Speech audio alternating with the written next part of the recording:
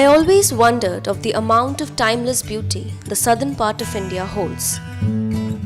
Getting a chance to see the absolute purity of nature, my heart had fluttering butterflies.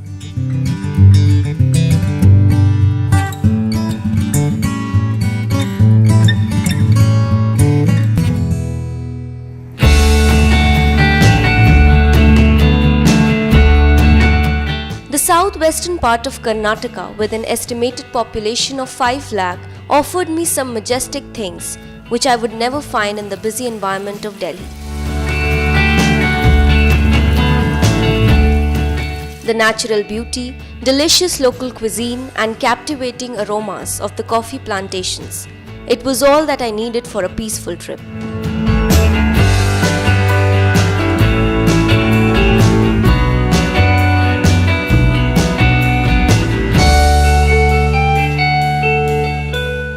My journey towards Coorg from Bangalore was a pleasant one. There was a vineyard on the way.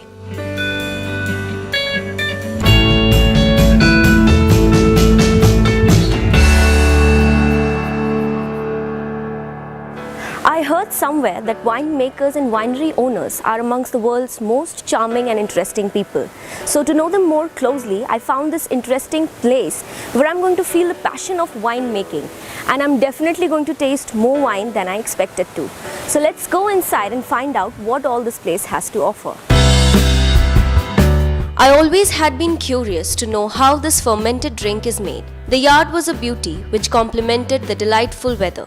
Huge grape stomping barrels were also placed there in which the fruit is crushed to extract juice, which is so exciting. You will find yourself indulging in some of the great wines made here.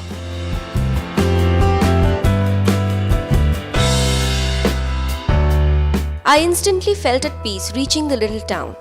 The aura was mesmerizing.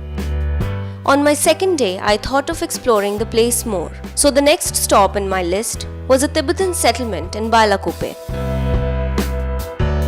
Also on my way, there were small shops covering the town which sold homemade wines. The interesting thing of which was that it contained no alcohol. I was tempted to buy one, but that would be done later. Tibetan culture in India has its own significance, the influence of which is seen here in Bailakuppe. I'm now heading towards the Golden Temple, which is an important place in this little town.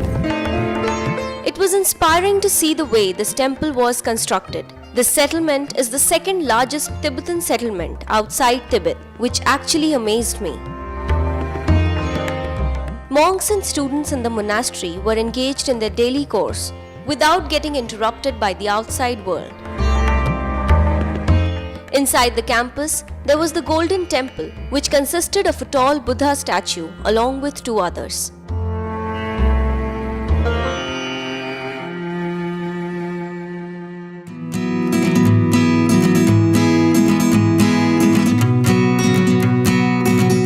My next stop was the most lively. With a great deal of excitement, I headed towards the Dubare elephant camp, which trained these large mammals. There was a boat which carried the tourists to the camp. The view was too cute. Elephants of all sizes were taking bath. They were in a playful mood too, and this gesture made me instantly happy.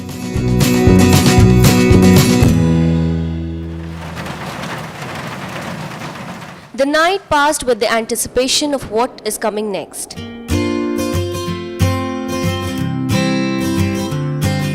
After Dubare's energetic experience, I was all geared up to face the freezing climate of Kodagu, as the locals call it. My guide helped me hire a jeep to reach Mandalpatti, which was some 4,400 feet above the sea level. Jeep, because he said that the regular 4-wheelers could not cover the rough path. I should also mention, by the time we reached Mandalpatti, I was a little dizzy. I'm at the Mandalpatti point right now. The temperature here is 13 degrees centigrade. Oh, it's so freezing here that I want to stay, but I cannot stay any long. It was extraordinary watching the mist gradually making us invisible. The temperature was extremely cold, and a few minutes later, I found myself completely drenched.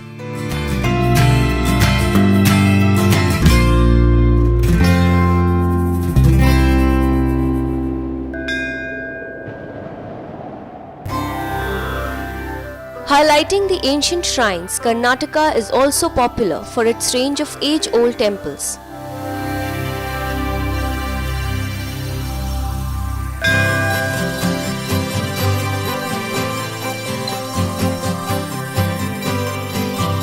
I got a glimpse of such antiquity in Coorg.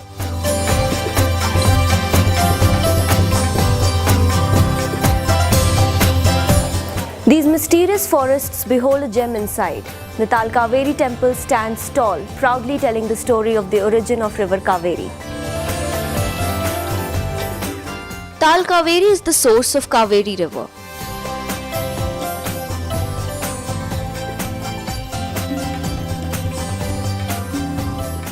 The temple was located by the Brahmagiri hills. The site was splendid.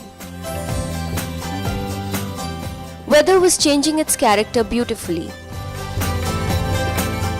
and the forests encircling this temple gave it an admirable semblance.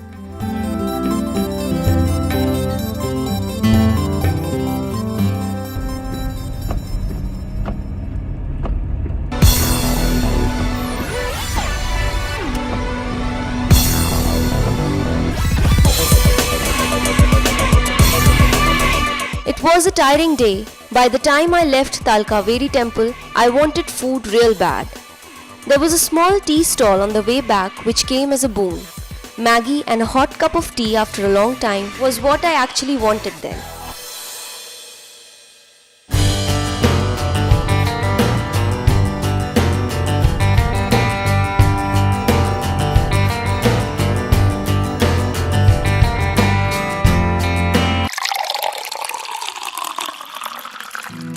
I was now getting used to the unfamiliar language, food, and climate of the place. Karnataka was friendly and welcoming.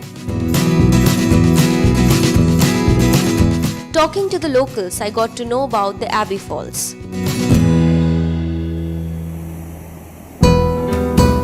This waterfall was amidst lush spread of coffee plantation.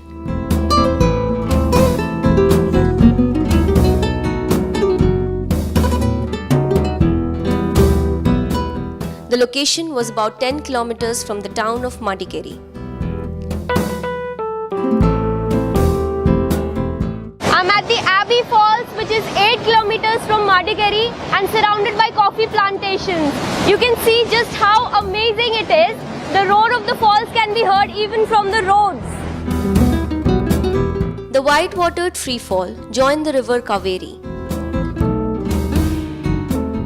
There were thick coffee bushes, tall trees, and also a hanging bridge which gives a good view of the falls. Abbey Falls led me to another tourist attraction close to it.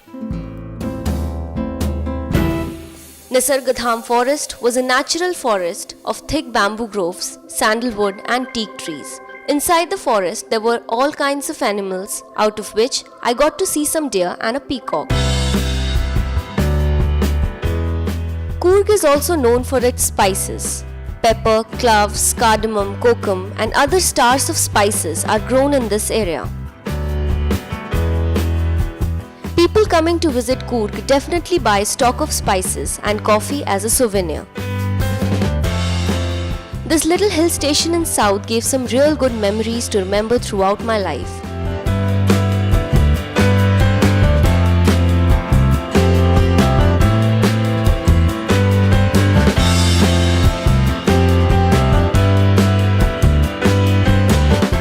One should always keep on traveling because at the end, it's all about the journey and not destination.